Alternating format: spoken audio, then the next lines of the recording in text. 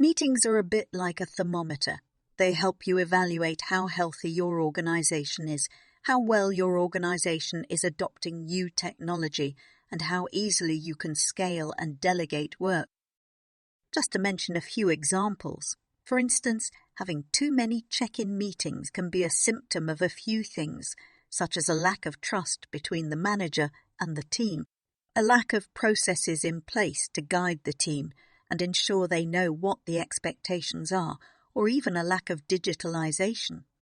Companies may not be using technology to track progress and have to depend on meetings. Another example is the use of meetings to share information or updates where there is no collaboration between team members or stakeholders, but the only objective is to inform people about something. Often, this is a symptom of bad habits and a lack of digitalization. This is very easy to solve. Let me show you in a few seconds. Another example is the constant use of meetings to share proposals, ideas, new designs, or new strategies, whether the goal is to get them approved, get feedback, or gather information from stakeholders. These meetings tend to be ineffective in a live format, as people usually need time to digest the information. Many negative things can happen as a result, but this is a symptom of a lack of trust, lack of digitalization, and lack of processes. Additionally, we see that very few organizations have quick calls to troubleshoot a problem or have changed some of their meetings to workshops. We have found that teams manage their work based on their meetings.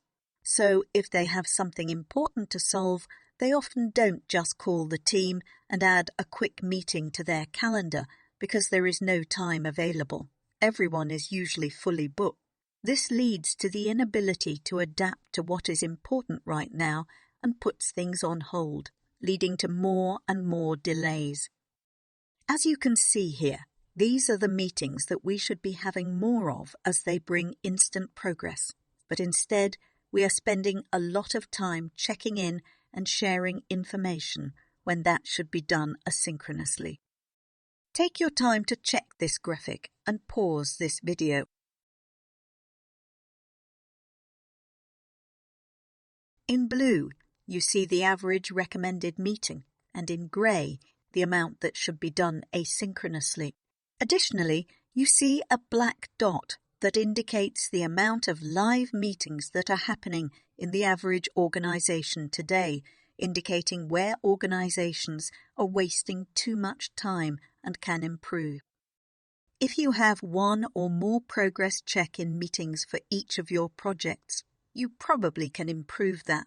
If, when you would like to have a quick call with 2 team members today to figure out a quick solution, but their calendars are fully booked and you have to wait 3 or 5 more days, then you probably have too many meetings in general.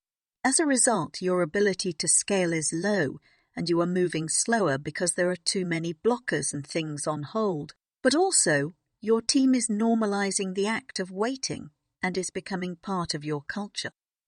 There are a few things you can do to improve. The first one is to leverage technology to track progress. It's important that you know if things are done or in progress without having to depend on a meeting or without having to send a message. To start, you can use any task management platform. If you are looking for something that tracks not only tasks, but also project workflows, decisions, and team and client engagements, then you can use something like Nova, or you can find something else that works for you. Secondly, you need a way to keep track of how decisions are made over time and the stakeholders involved in that decision. You can do that by organizing your projects and documents effectively and defining a process for it, or using tools like Nova that have been created to manage stakeholders and team decisions. And the third recommendation is to move some of your meetings asynchronously. You can start simple, like moving all your check-ins into a message, where a team member sends the team or client an email or message with all the updates. Ideally, this is not done manually.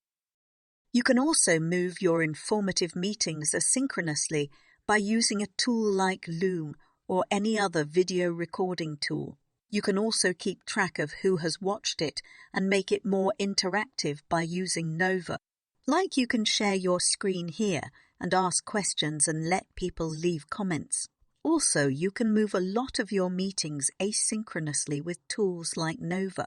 Brainstorming meetings, team retros, feedback meetings, meetings to gather input and information from stakeholder or to even get something approved.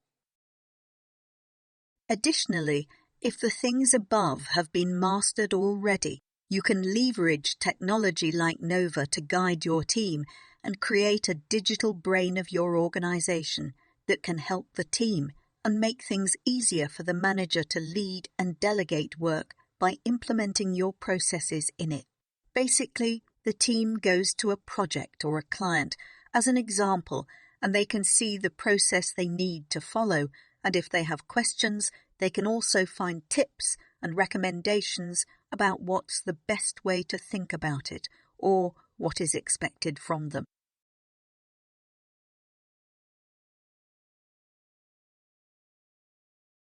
Being able to recognize that you are having too many meetings and how that affects your organization is the first step to a healthy team.